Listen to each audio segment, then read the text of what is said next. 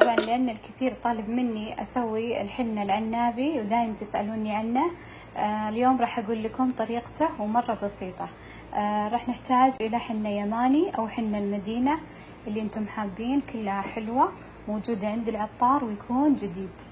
طيب، وبعدها راح نحتاج ميسو بعد موجود عند العطار، راح ناخذ منه ملعقة.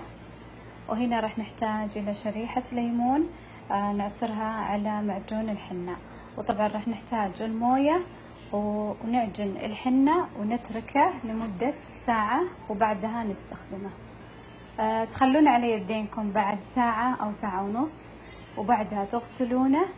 والشيء المهم في الموضوع انكم بعد ما تغسلون يدينكم تحطون شوي زيت زيتون قبل تغسلونه بالمويه، يعني تفتفتون الحنة من اليدين وبعدها تحطون زيت، بعدين عاد تغسلونه عادي.